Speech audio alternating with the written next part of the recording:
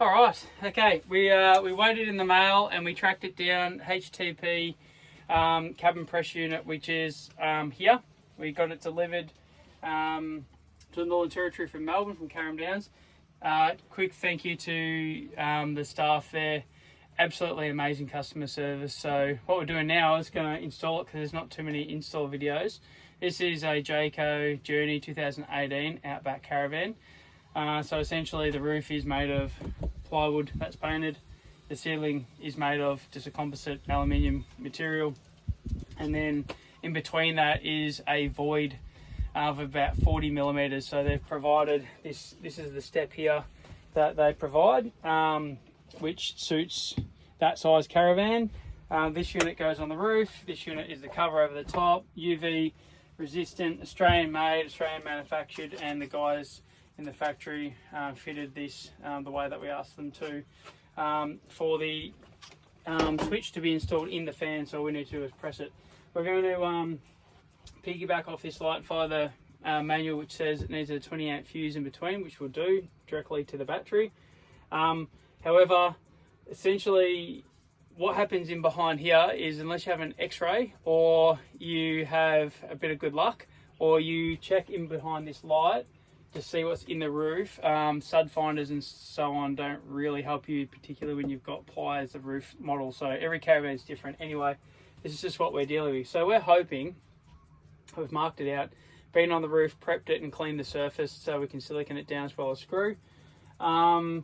Ideally we would like it on this side because it's on the passenger side, as we have oncoming cars, to reduce dust intake. However, we can't do that with the solar panels. This is really the only location on the roof, as we've got so much solar. So what we've done is taken out the light. We found that there's a roof batten going across the top. It's just a pine bit of timber. It's about 45 mil thick, 40 to 45 mil thick, and there's a tiny bit of insulation.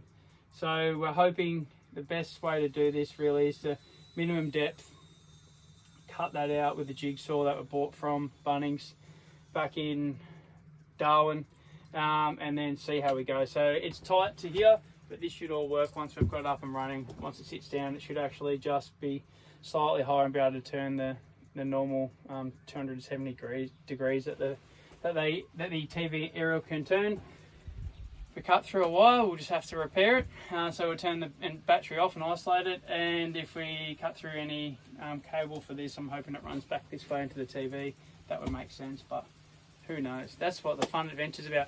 We're working just off in a free camp off the inverter. So yeah, these are our tools.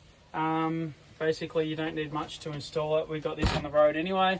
We're also going to road test the fridge vent cover. So essentially the idea behind this is any dust that comes will sort of pass the fridge and it still gets its ventilation, because it's a three-way fridge. And the only other thing with the preparation is make sure you've got a ladder to get onto the roof. Don't stand on the roof, and hopefully it goes in, installs well, and I'll get back to you and how that goes. So that is it. Thank you. Not the brand that I would choose is Edo. However, we're on the road and I don't want to be carrying this around forever, so I'm going to gift this to somebody when we're finished with this. Now with a jigsaw, it's not the ideal tool. I prefer a small power saw. However, it's what we've got. I've cut this down so that it doesn't actually go through the roof or just smash into the roof. I've cut that down to like 25 mil, even when it's further, but it still actually bites in when it's low. So we'll do our best to have our little vacuum cleaner on the back and collect whatever dust we can. But we'll basically jigsaw this out halfway, see if there's any issues, otherwise we can move it across. And then we'll just have to find out if we've got some luck today or not. So we're hoping for a little bit of luck. This is the stuff we need. Don't really need a grinder if you've got a small one of these. These are just from Bunnings. You can't really carry lengths of timber forever and a day on your van, but you know, this will do. It only needs to be pine because it's fully covered. We'll silicone those in and screw them in, and just some extra cable if we need it, and some bits and pieces. Basically, silicone's the key, good adhesive sealant for the roof, and then to hold up there as well. So the goal is no dust. We'll find out how that goes. We're about to create some first before we try and save some. really else I can do. So yeah, chuck a time lapse on if you want. 3, 2, 1.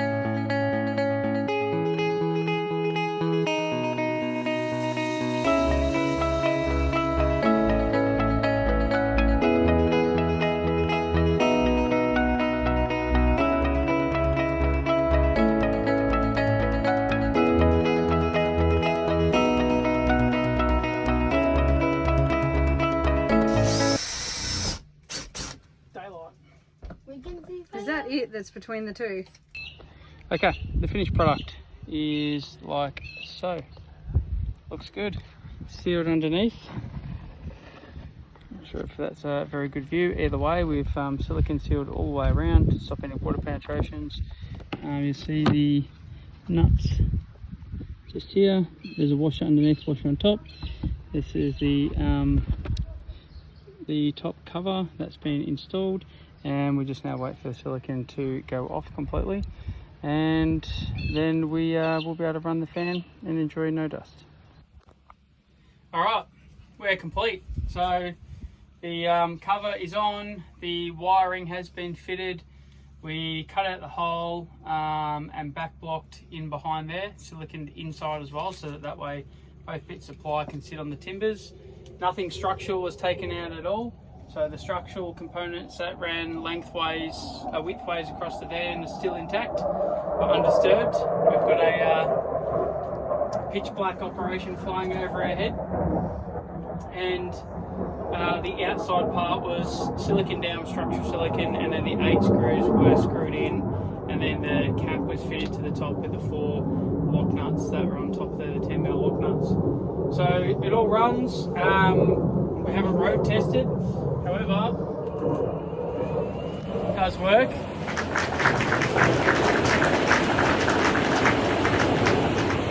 Quite well. So all in all, probably took a couple of hours, a little bit of help from the kids passing tools, and Liv did the cleanup, which was fantastic as I was up on the roof doing the rest of the stuff. But thank you, Chrissy from HTP Heavy Terrain Products. So Chrissy not only responded to our email straight away when we sent an inquiry through, spoke to us over the phone, gave us all the details about the size of our van and would it work, wouldn't it work, gave us some other options and ideas about the dust reducing systems that they provide, which is for your fridge and also other vent points. And the sales service when we were trying to locate the parcel that had gone from Melbourne, from Caravan to Melbourne Airport to Adelaide, Adelaide to Darwin, Darwin to Catherine somewhere in between for a different freight company, but always picked up the phone, always got back to us. And so thank you very much for their service. I'd highly recommend them. And yeah, they also build caravans, so check them out. Heavy Terrain Products, Caravan, Victoria.